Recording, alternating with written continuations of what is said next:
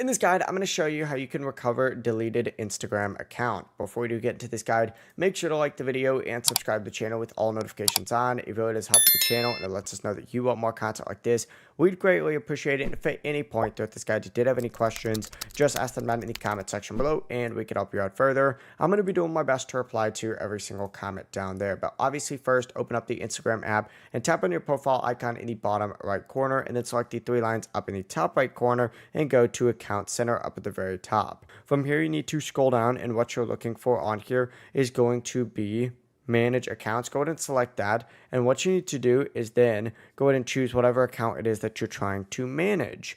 So for example, I do this Instagram one right here, and where mine currently says deactivation or deletion, you're going to see an option for reactivate. Now that is if you did delete or deactivate an account, and if it is still eligible to recover, it'll appear in this section. If it does not appear, it is no longer eligible to be recovered. So just keep that in mind.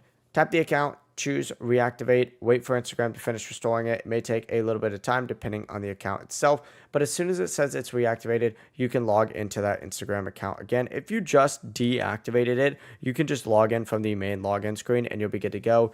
It's if you deleted it, it's a little bit more of a complicated process that we just went over.